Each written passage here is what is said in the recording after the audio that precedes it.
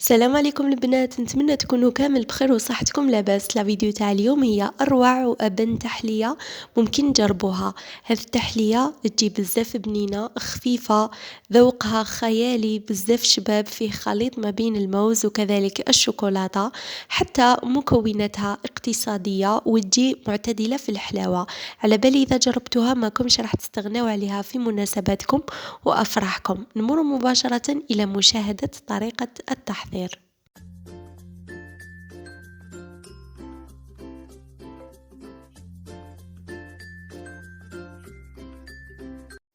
بالنسبة للمكونات اللي نحتاجوهم لتحضير هاد التحلية، نحتاج العلبة من بسكوي ماكاو، علبة من ياغورت دانيت الشوكولا، كذلك حبة من الموز، وعلبة من شوكولاتة. من الأحسن تستعملوا شوكولا نواغ تاع امباسادور لأنه الذوق يجي بزاف شباب، ولا تعوضوها بشوكولا نواغ تاع ماكسون. نقطع كامل علبة الشوكولا، نحطها في طبسي، نحط عليها 4 ملاعق كبيرة من الحليب العادي، ولا تقدروا تعوضوها بملعقتين كبار من لا كريم فريش. تحطوها في كاسرولة على حمام مائي على نار قليلة حتى تذوب كامل من جهة.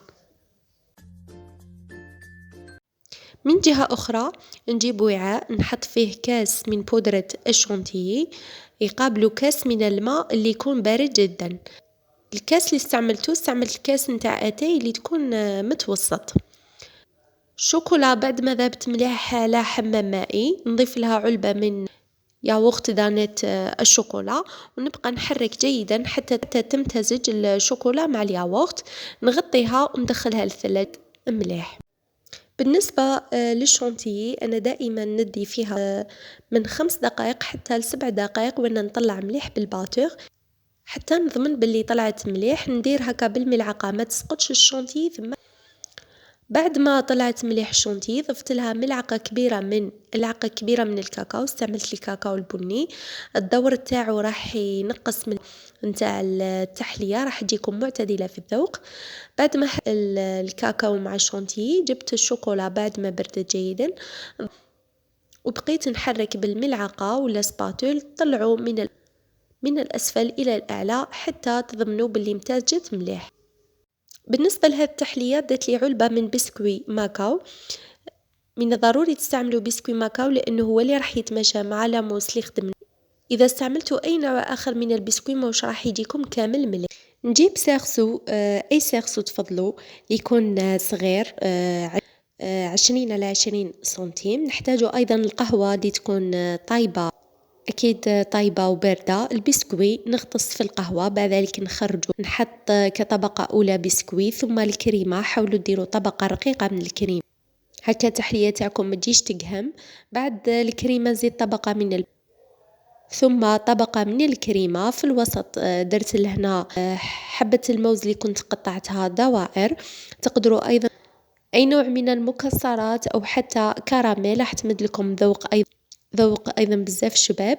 ثم نحط الكريمة البسكوي، وفي الأخير نزيد طبقة من الكريمة.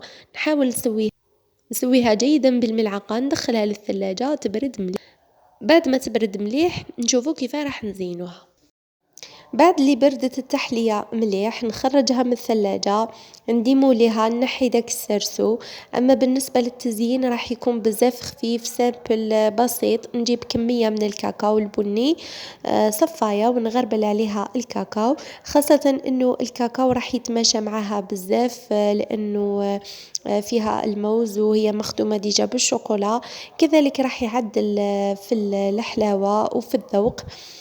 بعد اللي غربلت عليها الكاكاو هنا تقدروا تقدموها. على بالي إذا جربتوا هاد التحلية راح تعجبكم بزاف، راهي تهبل، بنينة وكذلك خفيفة، مكوناتها اقتصادية وسهلة وسريعة في التحضير في وقفة وانتم حضرتوها.